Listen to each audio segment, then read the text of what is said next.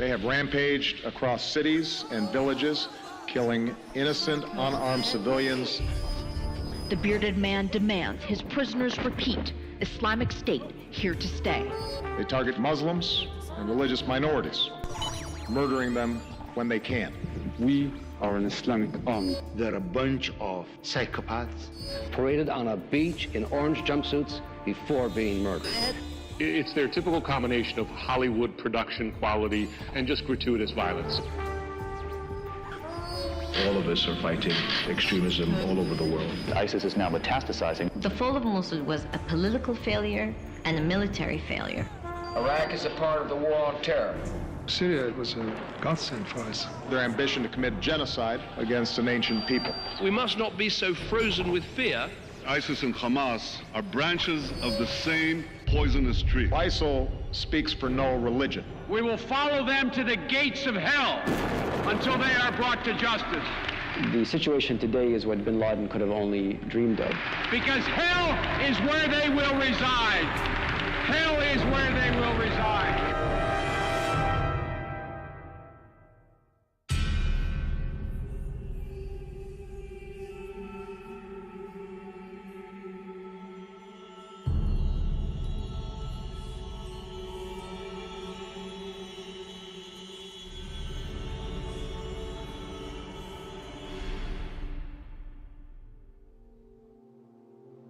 Colin Powell made a speech to the UN in 2003 as justification for the coalition going into Iraq. The American came into the country without knowing the nature of this country. There were catastrophic strategic mistakes made after Baghdad fell on April 9th. Could ISIL have done so well without the Baathists on their side? ISIS successfully taps into several narratives, all of them that play to victimhood. The victim narrative plays to 2003, we lost Saddam Hussein. That is when this problem from hell began.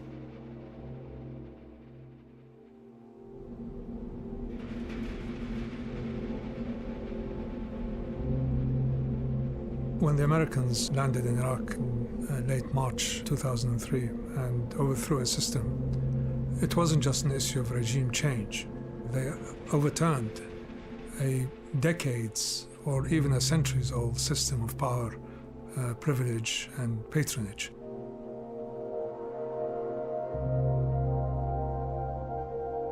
In 2003, and after the overthrow of Saddam Hussein, we have had a rosy dream of building a new, prosperous, stable, secure, united Iraq, built on our 5,000 years of civilization, history. Unfortunately, that was all shattered. In the Battle of Iraq, the United States and our allies have prevailed.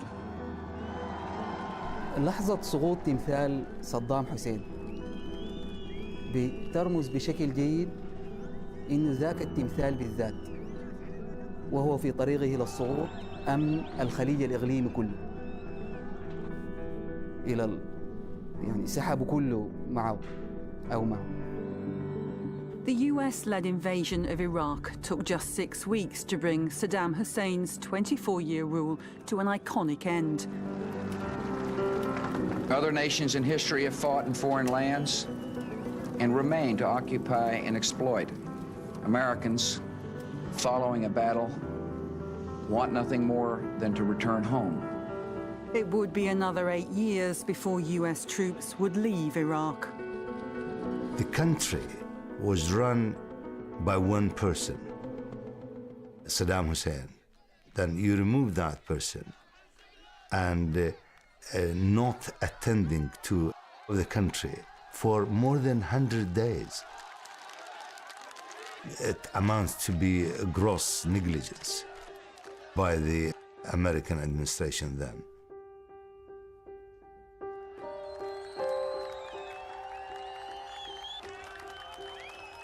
With the country shorn of its leader and its government, what began as an invasion soon turned into an occupation.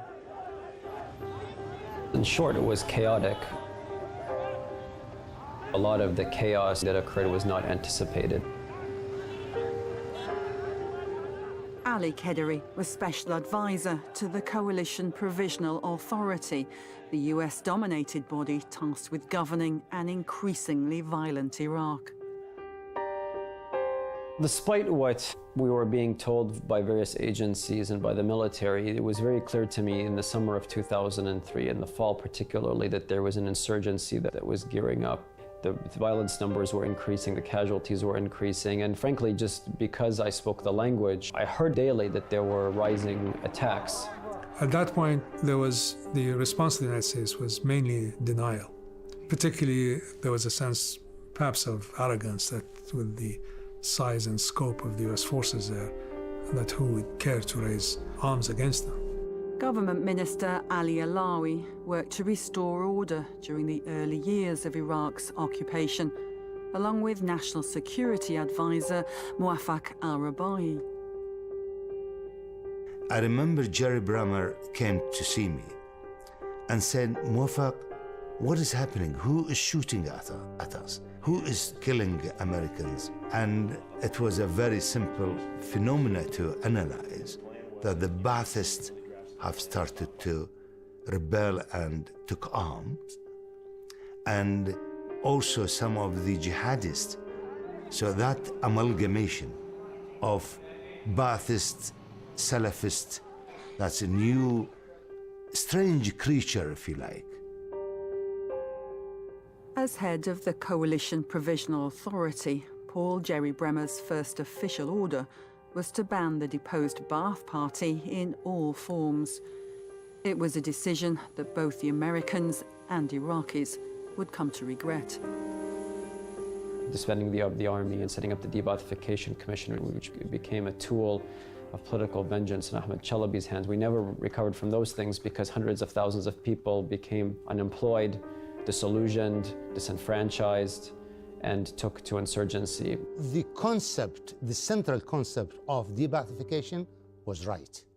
To de-Baathify, like to denazify. This is from the de-Baathification as originated from denazification, because this is a fascist, brutal, sectarian dictatorship by Arab Ba'ath Socialist Party. Now, to de-Baathify the ideology, not the individuals. But when you come and implement the law, it was implemented with a political settling scores. Were the Americans aware that that was being done in their name, really? Yes, absolutely. Many of us were aware that that was happening, warned against it, lobbied the White House and others to stop this, because what we did not want it to become was a sectarian witch hunt. But many other politicians hijacked the De-Baathification Commission and leveraged it for political or personal or financial reasons, including extortion and blackmail. And it directly fed into the popularity and the rise of the insurgency, which directly fed into, because of the disenfranchisement and disillusionment Dr. Rubaie talked about, fed into Al-Qaeda's strength. Probably this is partly has contributed to the insurgency. I don't know whether this is the main reason. I think the main reason that a minority community has lost the political power, economic interest, social status, and they resorted to violence to regain this power. I wanted to ask you, Martin, the end result of de-Baathification was the Baathists decided to meet up with the Salafists. What do we know about the individuals? What do we know about the Baathists that did decide to, jump into this group and form this alliance? What sort of background have we heard about? A core group of former officers, senior officers, colonel level and above, in Saddam Hussein's military, did form an alliance of convenience with the Salafist jihadists, who, it must be said, before the war were arch enemies. Saddam's regime did not trust organised political Islam at all, let alone the jihadist current. But by the time they got together, there was a powerful organising principle that the Baathists could bring to the table. But I just wanted to add just one thing to what Dr. Rubaie was saying. All of these things about the Sunnis, who were the majority of the Baathists, losing power, losing social status, all of that's true, as is the total lack of reconciliation or re-empowering them back into the communities. But one simple point that keeps coming back in every discussion I have was not just so much a stripping of status, but a stripping of personal dignity. And personal dignity is a key driver of human behaviour in the Arab world. When that's taken away from you, as it was to many of these people, we have seen reactions such as this, which have helped form this catastrophic current that we have now, and it should never be diminished. I mean, that was very, very important to a lot of the motivations. Please don't get me wrong, Martin. What I am saying, and I have to admit, that there are hundreds of strategic, tactical, and operational mistakes in security, in economy, in politics, in services. It's been committed over the last 12 years by the Americans, by the Iraqis, by the regional players. So the mistakes have been committed. There's no doubt about it. But I think the very interesting question is this holy, unholy alliance between Baathism and I would say Wahhabism. Two disaffected constituencies who had been mortal enemies for many years had finally decided that they had some common ground. And it was, just a variation on the ancient mantra of my enemy's enemy is my friend. They aligned what was supposed to be a temporary alliance to try to, again, bleed and exhaust the United States or its so-called puppets in Baghdad. The improvised nature of Sunni attacks now combined with the Baathist know-how, the insurgency moved to a new scale of terror. The first major manifestation of it was the assassination of Ayatollah Baqir al-Hakim and the car bomb that took dozens of lives. It was a planned, well-executed, highly political act which showed that there was something behind it. It wasn't just a one-off type of violence, that it was part of a program. The August 2003 Imam Ali Mosque bombing in Najaf was aimed directly at Iraq's Shia hierarchy. But for the US, Sunni violence against Shia targets was not the primary concern. The more serious element of it was not seen to be the insurgency, the Sunni-based insurgency, but rather the various uprisings associated with Muqtada al-Sadr. Well, Muqtada had started to organise the Mahdi army that made no bones about what they were fighting for, and that was to defend Shia interests. By the spring of 2004, there were two insurgencies. There was the Sunni insurgency in the central part of the country, and then there was a southern Shia insurgency led by Muqtada Sadr, a relatively radical Shia cleric, also exploiting the opportunity really to try to drag the US into a quagmire, to exhaust it, to humiliate it, and to ultimately get it to withdraw. The US invasion of Iraq had spawned two insurgencies, igniting an increasingly sectarian conflict. No one embraced the apocalyptic vision of a Sunni-Shia war more than the man used to justify American aggression. Iraq today harbors a deadly terrorist network headed by Abu Musab al-Zarqawi, an associate and collaborator of Osama bin Laden and his al-Qaeda lieutenants. They were talking about Zarqawi as being this potent force, and he in fact wasn't the force that he turned out to be a couple of years later. From his terrorist network in Iraq, Zarqawi can direct his network in the Middle East and beyond. Contrary to American claims, the Jordanian Zarqawi had no formal alignment with al-Qaeda or its leadership before 2003. A year later, with coalition troops in control of Iraq, the once lone wolf jihadists had become the figurehead of the Sunni insurgency. His group of Tawheed al-Jihad acknowledged the leadership of al-Qaeda and Zawahiri and rebranded itself as al-Qaeda in Mesopotamia. And at that point, he became, as it were, the poster boy of the insurgency. And for a while, his antics and his extreme violence began to cast, as it were, a shadow on all the other insurgent groups. He was trying to portray himself as a Rambo of the Muslim world. Zarqawi revolutionized the ideology of al-Qaeda. See, al-Qaeda of Osama bin Laden and Zawahiri was built on anti-Americanism. Now, Zarqawi started to introduce the sectarian element of it, which is anti-Shia element. And once the sectarian war erupted, then you get a failed dysfunctional state, and this is the best environment the jihadists will work. Zarqawi had started to organise them, started to instill a discipline and a fervour, and emerge as somebody who was going to lead a nascent mujahideen. And this pantomime villain, this fervent ideologue, had really started to take control of the post-invasion months in Iraq. A year after claiming Iraq had ties to al-Qaeda, America's falsehood became a self-fulfilling prophecy, with Zarqawi centre stage. So he became like Al Capone, or public enemy number one. It became very easy then to focus all attention to him, being a very small but extremely violent group whose acts are far louder and create a much bigger bang than their reality.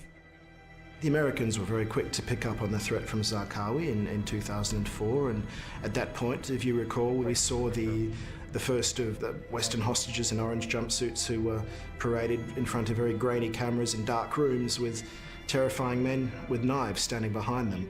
Zarqawi was in one of those videos. A man named Zarqawi is responsible for planting car bombs and beheading Americans. He swore his allegiance to Osama bin Laden. Our troops will defeat Zarqawi and his likes overseas in Iraq, so we do not have to face them here at home. The American president's rallying words failed to stop the beheading of US contractor Nick Berg. None of the masked men involved in the killing could be identified, but the video of Berg's final moments claims Zarqawi as main executioner. The US standard issue orange jumpsuit and a staged spectacle of brutality would now become familiar markers of a new phase in terror focused around one figure. To the news that Abu Musab al-Zakwari, the top After this, catching Zarqawi, the number one bad guy in country. Musab al-Zarqawi is responsible for... Abu Musab al-Zarqawi have claimed responsibility for many of the beheadings and bombings in Iraq. The focus was on Zarqawi as an individual, and the way that the media works and the way that the US wanted to portray the insurgency was by limiting it to the acts of a mad, insane terrorist who has this bloodlust. At the beginning of 2006, Abu Musab al-Zarqawi's al-Qaeda in Iraq claimed responsibility for an act that would tear the country apart. Zarqawi was successful in triggering the sectarian war by bombing the two shrines in Samarra. That combination of acts of terrorism and lack of proper response from the government, which entered us into 2 years of civil war. I used to collect more than 100 bodies cold-bloodedly killed from the street of Baghdad every day. And that was really depressing. The bombings generated a counter-terror led by a large number of groups affiliated or associated with the Shia militias and connived at, or to some extent supported by elements in the Iraqi government. So the destruction of the Askari shrine and the entry into the fray of the major Shia militias, the war in Iraq began to take the form of a kind of civil war. By April of 2006, al-Qaeda in Iraq was fighting both an insurgency and a sectarian war, leaving the country awash with blood. An emboldened Abu Musab al-Zarqawi issued his first public statement in a video warning George W. Bush of greater violence to come. لماذا لا تخبرهم عن هرب جنودك الجماعي والتمرد المتنامي بين صفوف جنودك؟ فاعلم أيها الكذاب الأشر بأن أحلامك دونها دماؤنا وأشلاؤنا والقادم أدهى وأمر بعون الله تعالى. 1 month later, President Bush's dream of bringing democracy to Iraq was coming true. Nouri al-Maliki became Iraq's first democratically elected prime minister. هذا الشعب الأبي الذي اختار هذه الحكومة عبر صناديق الانتخابات. For many years, Nouri al-Maliki was a relatively low-level member of the Dawah party who was involved in covert operations to try to bring about the overthrow of the Ba'ath regime and Saddam Hussein's rule. أمامنا التحدي الأول هو التحدي الأمني وكيفية مواجهة هؤلاء القتلة الإرهابيين. Many people were tortured or rounded up and disappeared as a result of associations with Dawah. هؤلاء ينبغي أن يعلموا بأن هذه الحكومة قد صممت بالطريقة التي ينبغي أن تواجه هذا التحدي بكل كفاءة إن شاء الله.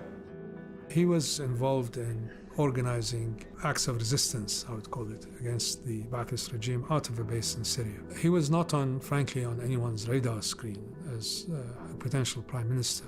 First, he was in charge of de-Ba'athification, and then we selected him to be prime minister in 2006. There was a lot of horse trading, a lot of jostling for power and influence. Muqtada and others were looking to advance their interests by swinging their weight behind Maliki. We were warned by some of his political rivals about his sectarianism at the time, but there are bad options and there are worse options, and there are really bad options. So what you have to do really is try to calculate what you perceive to be the least worst option and go with it. And frankly, that was the case with Maliki in 2006. Nouri al-Maliki had come to power echoing George W. Bush's warning to Abu Musab al-Zarqawi. The new government was ready to meet the challenge of defeating the Sunni insurgents. On the target. A month after Iraq's first democratic elections, Zarqawi was killed in a US airstrike. By that point, he had ignited a full-blown sectarian war. Iraq was out of control. There were 3,000 to 4,000 deaths per month for the best part of 9 months of that year, and the country looked completely beyond any hope at all. The Sunni insurgency was raging. There were a number of leaders around the country who could step up and take his place, and several in fact did. Stepping up to fill the void at the top of al-Qaeda in Iraq was one of its founders, Abu Ayyub al-Masri.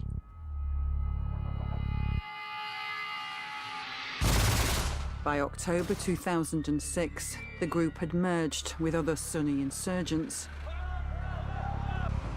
Al-Masri announced the formation of a new entity, the Islamic State of Iraq, and Abu Omar al-Baghdadi as its emir. The fledgling state would soon face the Sunni insurgency's most critical challenge.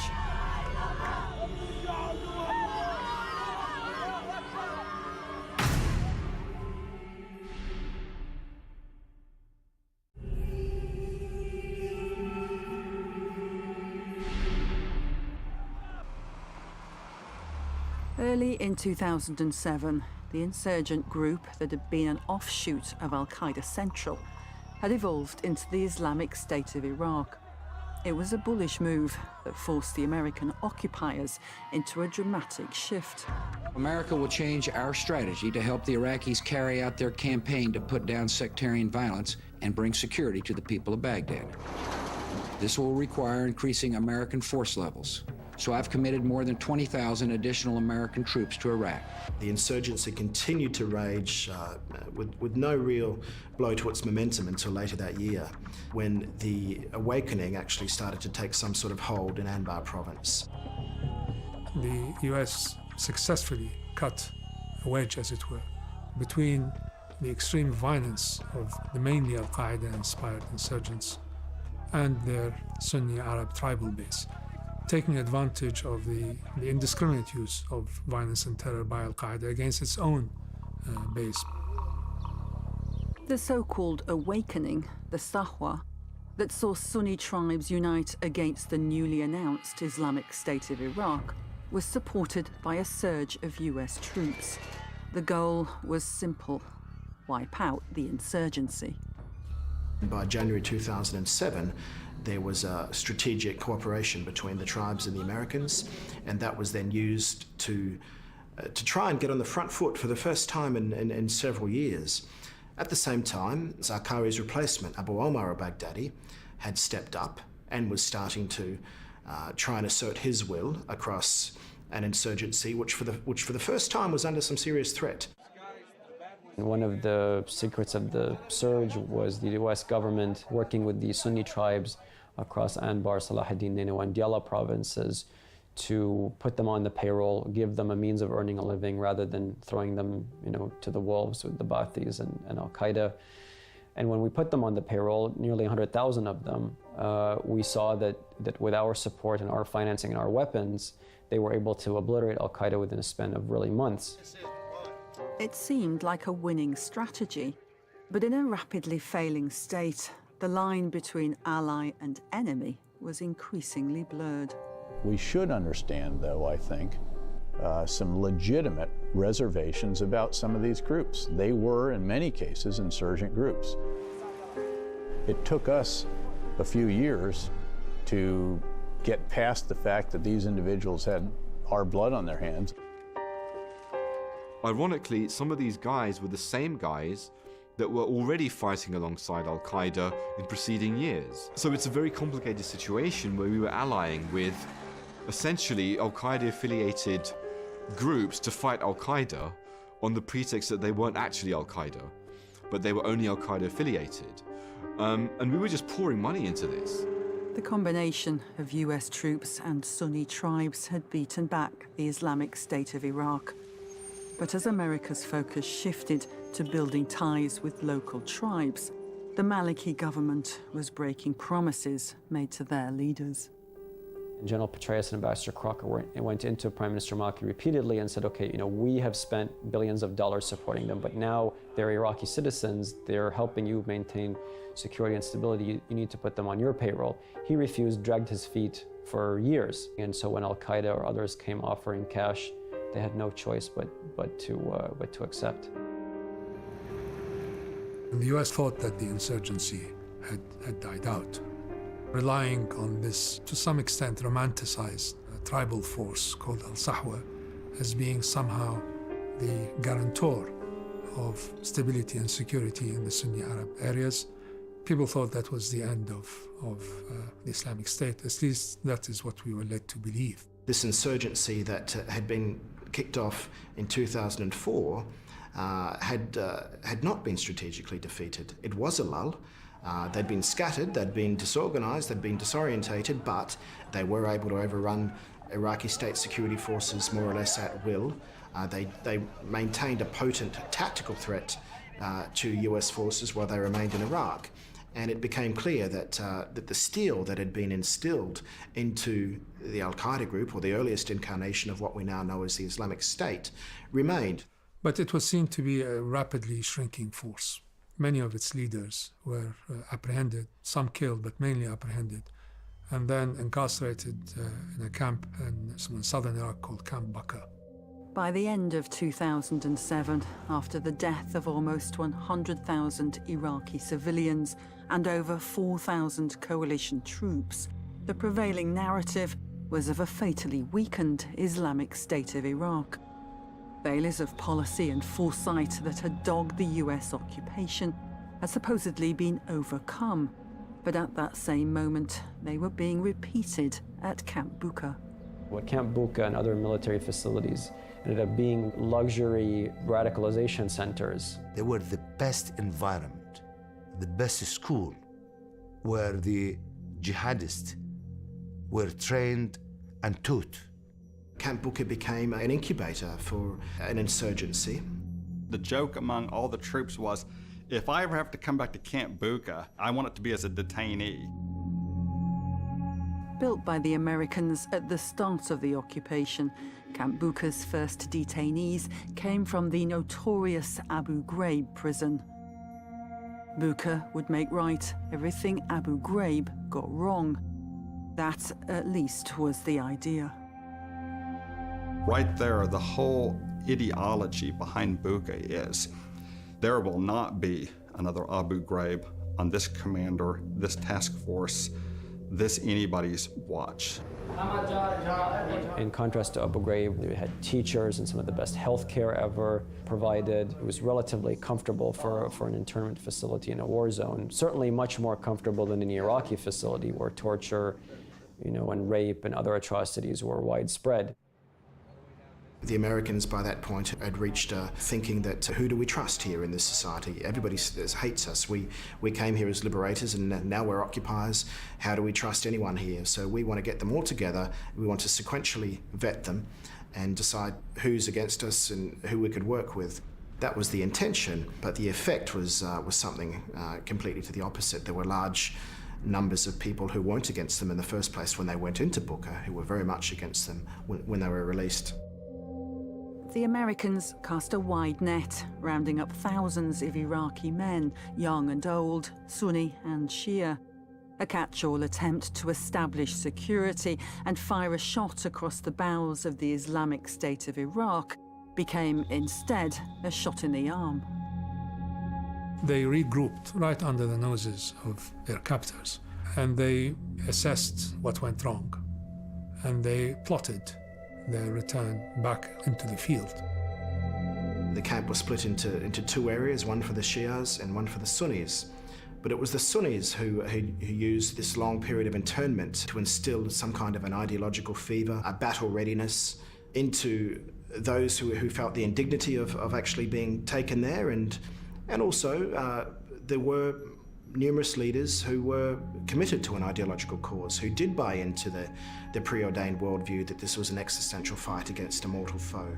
When you maybe put 10 radicals together and said these are the worst of the worst, as it was aptly described, it then became a management seminar for upper echelons of ISIS. Those people mixed up with these impressionable younger people from the streets of Anbar and Baghdad were a potent mix.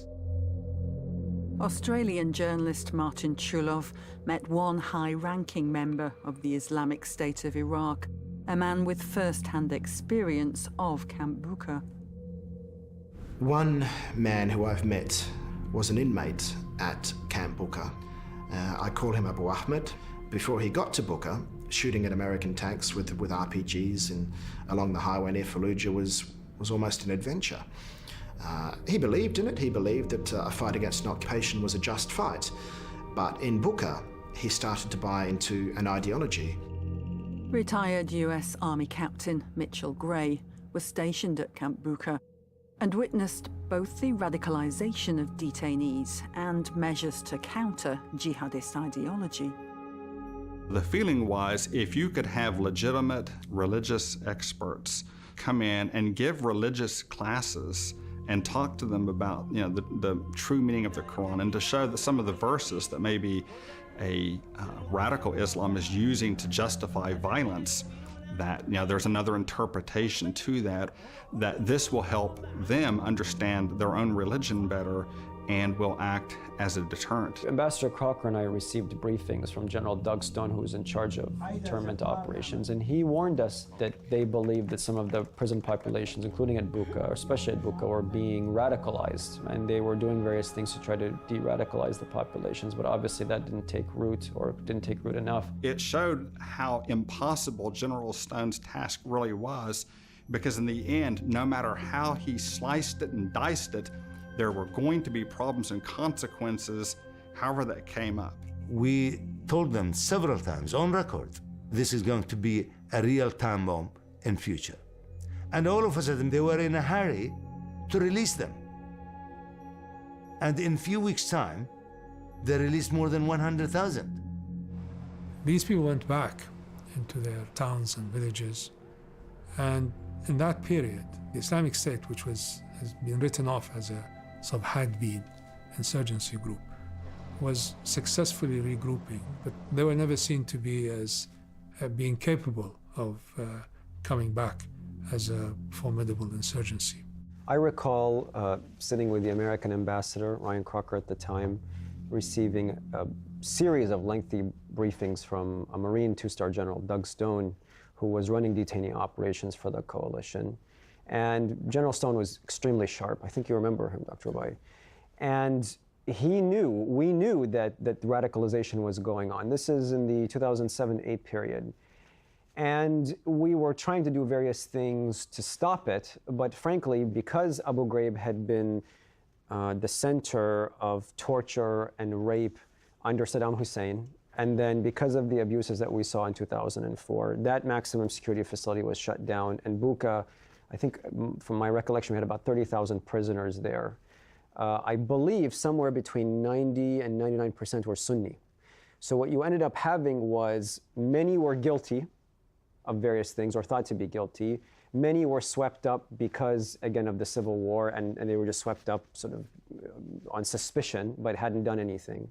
But what ended up happening was you had a witch's brew, a toxic brew of hardcore jihadis, people who hadn't done anything, but they were there nonetheless, and were thus radicalized. It became the perfect incubator for transnational jihad, particularly because a few years later, the U.S. was obviously forced to leave Iraq, and all of these individuals were let go. But if they had intelligence, why didn't they think this is not a clever idea? We're putting all these moderates and more fundamentalists together, and they are basically radicalizing the more moderates. Well, again, we knew about it, and the military was taking steps to address it, but what are you going to do with 30,000 people? I mean, you can't put all of them in solitary confinement. You mentioned General Stone, the Two Stars guy. I'm not sure that he understood that time bomb called Camp Buka. We could have never imagined it. I kept on telling the American then, this is going to explode in our face in the very near future. Look, Dr. Rubaie, we spent over 2,000 days together in the Green Zone. He was National Security Advisor. I was Special Assistant to 5 American ambassadors. Let's be very honest with each other. The United States government deserves a lot of blame for what happened in Iraq. But frankly, so do Iraqis. Again, we spent over $2.7 trillion in Iraq, is the last count of the Congressional Budget Office. Where was the Iraqi government? You know, we did many things wrong. We set up this facility, it became a radicalization center. But as I just told you, the Iraqi prisons were sites of endemic rape, torture, and other human rights abuses, if Iraqi citizens were that lucky. Oftentimes, they were just being shot on the streets by the Iraqi security services and the militias. Am I right? No, I don't agree on that, Ali. I'm sorry. I certainly do not agree on that. Now, the people in the Iraqi prisons, at least their relatives can see them. I'm not saying that Iraqi prisons were the ideal prisons. Okay, there were some inhumane things committed in these prisons. True, because we are in a state of war, continuous state of war. But I think that Buka, Camp Buka, is a real disaster, and the Americans suffer of this, I call it chronic recurrent short-termism. They're short-sighted. They can't see behind their nose. I can see it happening. I can see people are coming out of this detention center, brainwashed. But did you say this to the Americans? Of course. Did you tell them? Of course, because those who leave during the Americans were there when they detained. When they leave that camp, they go and blame themselves again. And they go and commit another suicide bomb. So we can see, and we put a percentage of those, the number of people. If we release 100 from the Camp Buka, there's going to be at least 15% of these are going to come back and fight us. So the better. And despite all these facts and all these statistics, the American kept on releasing people from there and not doing anything inside that camp. As long as it's preventive measures, let's dump them there, and what happened after that is nothing, none of our business. Martin. I think just briefly on that, I think the statistics are that 18 of the 27 senior ISIS leaders were all veterans of Camp Buka, and I think that speaks for itself. I would just say, in response to Dr. Rubaie, We knew what was happening, you knew what was happening. We really did. The issue, though, is Iraq is the Iraqi people's country and the Iraqi government's country. We were a foreign force and a foreign power that really was intent on doing some good, even though it didn't result in a lot of good. But our intent was, I think, relatively pure. I think we can all agree on that. The issue is, if you saw these problems among the American system, and I wholeheartedly agree with you about the issue of short-termism, why did the Iraqi government not try to set up better alternative facilities? To this day, Dr. Rubaie. Because, let me answer. To this day, because we were under occupation. The occupying force is in charge of security, in charge of economy, in charge of politics. Officially, as of the 15th of May 2003, we were totally... We handed sovereignty back to you on June 28, 2004, Ambassador Bremer to Ayad Allawi. No. You were National Security Advisor. This is true. This is sovereignty, but from then onward until the end of 2011, the Americans were there with 120, 30, 40,000 soldiers. At the request of the Iraqi government. They're there.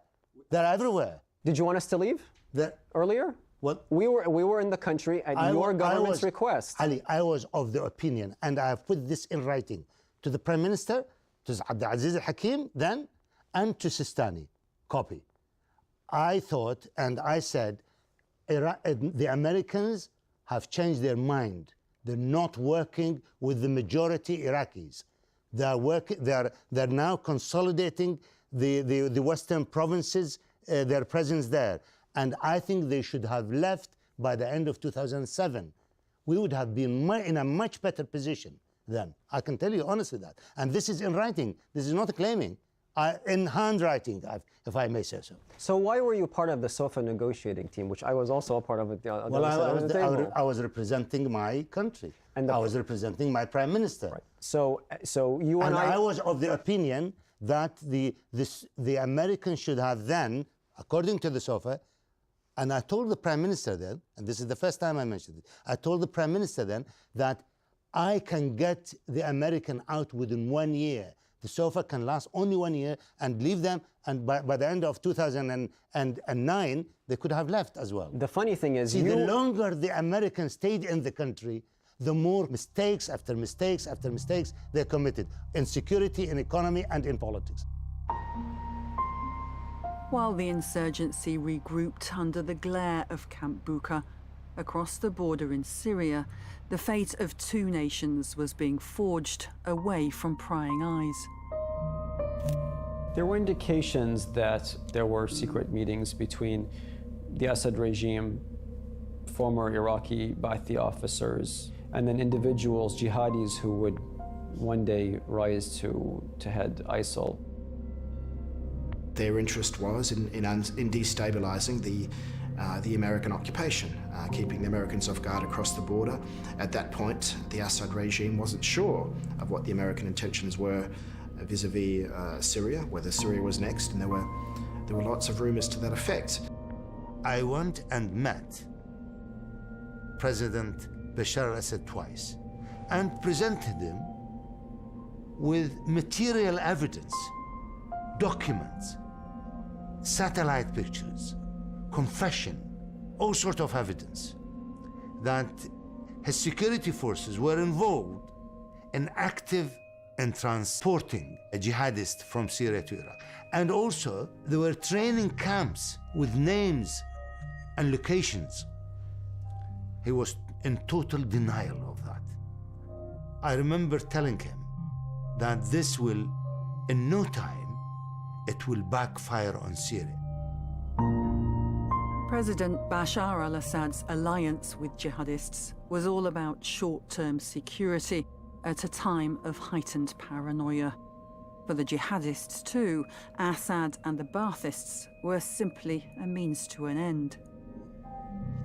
But whatever the motivation, the effect was very clear that the senior leaders of the Islamic State group are sitting down with senior Baathists, in particular a guy who became essential to the latest incarnation of ISIS, a guy called Haji Bakr. I interrogated one of these ISIL guys.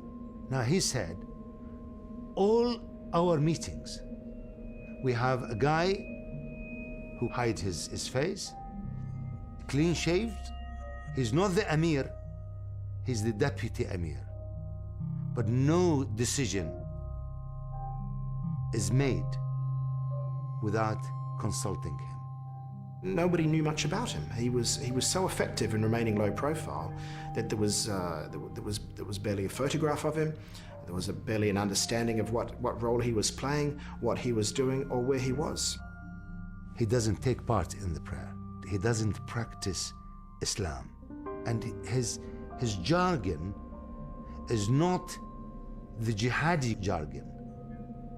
It's the Ba'athist, pan-Arabist, Arab nationalist jargon. Who knew a lot about how to create a state system, and certainly how to create institutions which would serve that system. The alliance between Baathists and Salafists conspired in secret, while insurgents plotted in prison. A troubling perfect storm had been brewing since the US invasion of Iraq. But by 2009, the worst of the turbulence had supposedly been weathered. The Sunni insurgency was considered beaten. The newly created Islamic State of Iraq was drawing breath. The Arab world was on the cusp of an historic upheaval.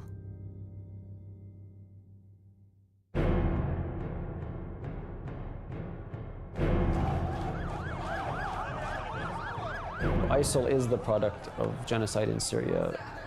The Iraqi army was really a machine for making money. You will find no safe haven. They already had British and American special forces in Syria training rebel groups. The amount of oil that ISIL were able to sell was upwards of around $3 to $4 million per day. If it looks like a terrorist, if it acts like a terrorist, if it walks like a terrorist, it's a terrorist.